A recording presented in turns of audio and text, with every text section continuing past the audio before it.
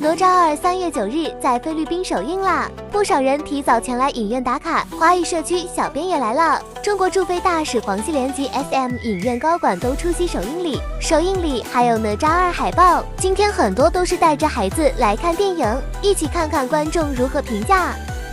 我觉得非常的开心以及惊奇的，在菲律宾居然能够看到跟国内一样在上映的电影。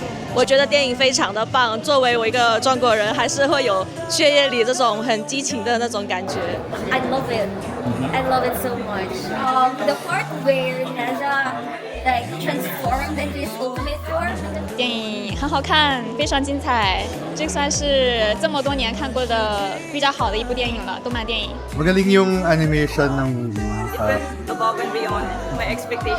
This is so great. I love the animation. Maraming magkakagusto nito. Hindi lang bata, it's at heart pati matatanda. Kasi yun nga, yung core value ng pwede is about family and friendship. And Watch Deja Vu on all SM Cinema Special